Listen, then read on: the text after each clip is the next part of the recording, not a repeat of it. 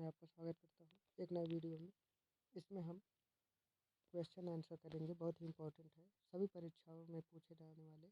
तो आइए हमारे साथ बने रहिए और शुरू करते हैं। पहला क्वेश्चन है, प्राथमिकता प्राप्त क्षेत्र के ऋण किसकी ओर संकेत करते हैं? ए. लघु उद्योग, कृषि, छोटे कारोबार आदि को दिए जा रहे ऋण। बी. वाणिज्यिक क्षेत्र को दिए जा रहे ऋण। सी. सॉफ्टवेयर उद्योग को दिए जा रहे ऋण। डी. सार्वजनिक क्षेत्र के उद्यमों को दिए जा रहे ऋण। इसका सही उत्तर क्या हो जाएगा? इसका हो जाएगा ऑप्शन नंबर ए। लघु उद्योग, कृषि, छोटे व्यापार आदि को दिए जा रहे ऋण होते हैं। आइए जानते हैं इसके बारे में।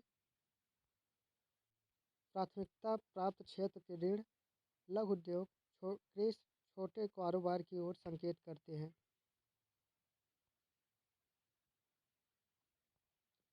फंड, निधियां जो विशेष रूप से सरकारी प्रतिभूतियों में निवेश होते हैं वे कहलाते हैं। ए. कर बचत, tax saving fund. B. Index fund. C. Balanced fund. D. Gilt fund. इसका सही उत्तर क्या हो जाएगा? इसका हो जाएगा option number D, gilt fund होता है। आइए गिल्ट फंड क्या होता है इसके बारे में जानते हैं।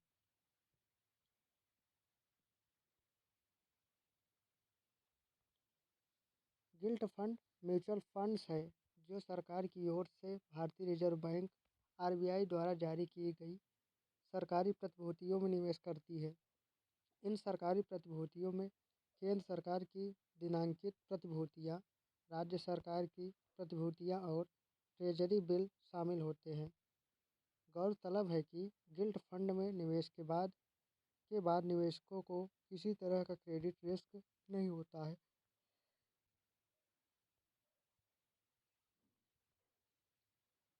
भारतीय प्रतिभूति एवं विनिमय बोर्ड (सेबी) को पूर्ण वैधानिक अधिकार को दिए गए थे।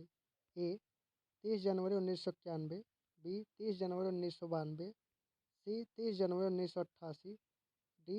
30 जनवरी 1990। तो इसका सही उत्तर क्या हो जाएगा? इसका हो जाएगा ऑप्शन नंबर बी, 30 जनवरी 1992 को। आइए इसके बारे में जानते हैं। भारतीय प्रतिभूति और विनिमय बोर्ड (सेबी) से भारतीय प्रतिभूति बाजार के लिए नियामक है। इसे 1988 में स्थापित किया गया था। 30 जनवरी 1992 को इसे पूर्ण वैधानिक अधिकार दिए गए थे। भारत के आर्थिक विकास के लिए शहरीकरण किस पंचवर्षीय योजना का उद्देश्य था? ए. 11वीं पंचवर्षीय योजना। बी. 9वीं पंचवर्षीय योजना। सी. तीसरी पंचवर्षीय योजना। डी. 5वीं पंचवर्षीय योजना। इसका सही उत्तर क्या हो जाएगा? इसका हो जाएगा ऑप्शन नंबर ए, 11वीं पंचवर्षीय योजना। आइए इसके बारे में जानते हैं। आर्थिक विकास के लिए शहरीकरण 11वीं पंचवर्षीय योजना का उद्देश्य था। इस पंचवर्षीय योजना में शिक्षा के लिए विषय वस्तु थीम अनिवार्य प्रारंभिक शिक्षा था। यह 1 अप्रैल 2007 से प्रारंभ हुई थी। इस योजना का मुख्य लक्ष्य तीव्रतम एवं समावेशी विकास था।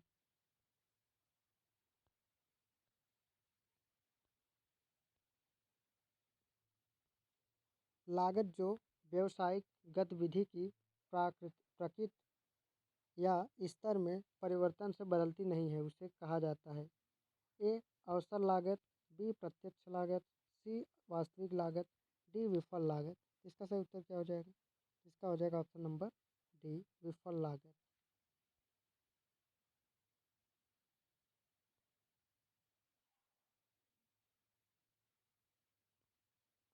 लागत जो व्यावसायिक गतिविधियों को प्रकृति या स्तर में परिवर्तन से बताती है। लागत जो व्यावसायिक गतिविधियों को प्राकृतिक स्तर में परिवर्तन बदलती नहीं उसे विफल लागत कहते हैं। किसी गतिविधि या वस्तुओं की अवसर लागत सर्वश्रेष्ठ अगले पूर्वनिश्चित विकल्प के बराबर होती है। हालांकि अवसर लागत का मात्रा निर्धारित करना मुश्किल है, फिर भी यह किसी वस्तु की लागत को मापने का एक तरीका है। प्रत्यक्ष लागत ऐसी लागत होती है जो किसी विशेष प्रक्रिया प्रक्रिया या उत्पाद से संबंधित होती है। ये गतिविधि या उत्पाद में परिवर्तन के साथ भिन्न हो सकते हैं।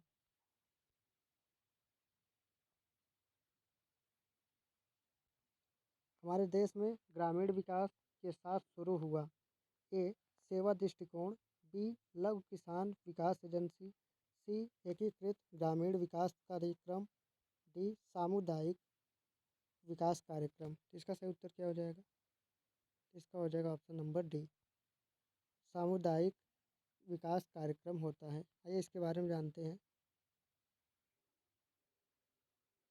देशवासियों के सर्वांगीण विकास के उद्देश्य से सरकार द्वारा चलाई गई विभिन्न रोजगार परक, कल्याणकारी एवं मूलभूत सुविधाओं के लिए कई योजनाएं चलाई गई हैं। 2 अक्टूबर 1952 को सामुदायिक विकास कार्यक्रम का शुभारंभ किया गया था। ग्रामीण विकास के लिए किया गया यह पहला प्रयास था। 14वें वित्त आयोग के अध्यक्ष कौन थे? A Y V Reddy, B Raghuram Rajan, C doctor Vijay L Kelkar, D C Rangarajan. तो इसका सही उत्तर क्या हो जाएगा?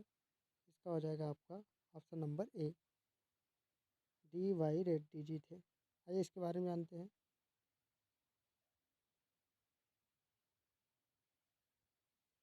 भारतीय संविधान के अनुच्छेद 280 में वित्त आयोग की स्थापना की व्यवस्था की गई। इसका गठन 5 वर्षों के लिए भारत के राष्ट्रपति द्वारा किया जाता है।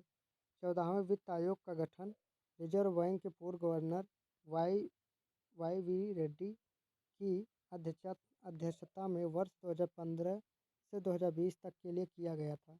वर्तमान में 15वें वित्त आयोग का गठन 2020 से 2025 तक की अवधि के लिए पूर्व योजना आयोग के सदस्य रह चुके एन.के. सिंह की अध्यक्षता में किया गया है। वित्त आयोग केंद्र और राज्य के वर्तमान वित्तीय स्थिति, वित्तीय घाटा, ऋण का स्तर, नकदी संतुलन और राजकोषीय अनुशासन की समीक्षा करेगा।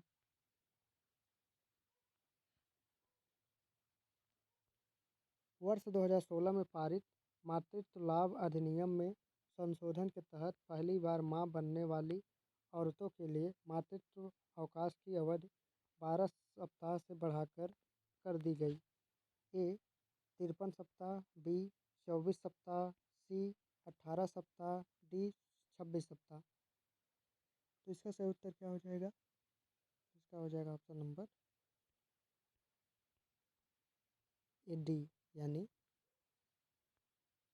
26 सप्ताह कर दी गई है। संसद यानी संशोधित विधेयक में पहली बार मां बनने वाली औरतें के लिए मातृत्व अवकाश की अवधि 12 से बढ़ाकर 26 सप्ताह कर दी गई है। 2 से अधिक बच्चों वाली महिला के लिए मातृत्व अवकाश केवल 12 हफ्तों का होगा।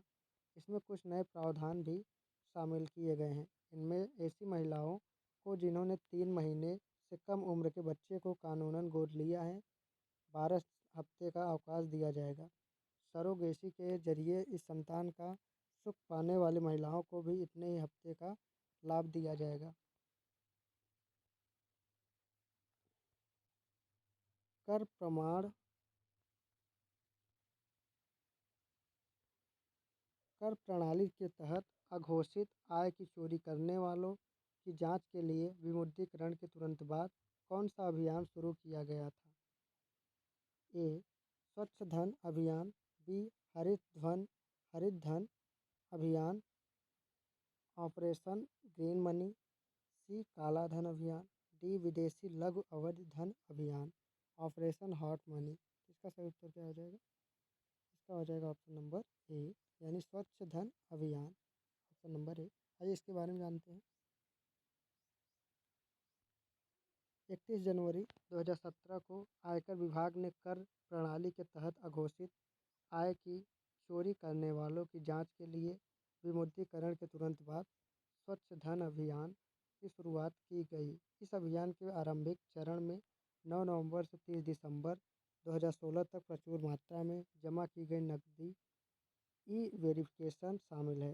विमुद्रीकरण के आंकड़ों की आयकर विभाग ने डाटाबेस में उपलब्ध सूचना के साथ तुलना करने के लिए डाटा एनालिटिक्स का प्रयोग किया गया है।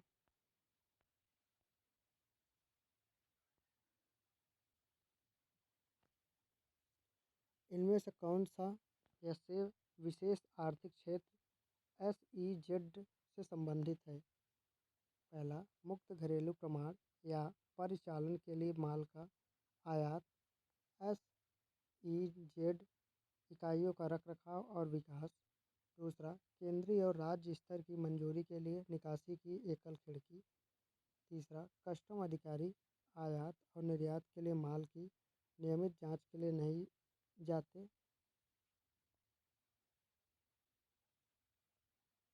ऑप्शन है ए केवल 2 और 3, बी उपयुक्त सभी, सी केवल 1 और 2, डी केवल 1। तो इसका सही उत्तर क्या हो जाएगा? इसका हो जाएगा ऑप्शन नंबर सी, केवल 1 और 2, दोनों सही है। आइए जानते हैं इसके बारे में। निर्यात को बढ़ावा देने के लिए सरकार द्वारा स्थापित किए जाने वाले आर्थिक क्षेत्रों को विशेष आर्थिक क्षेत्र कहा जाता है।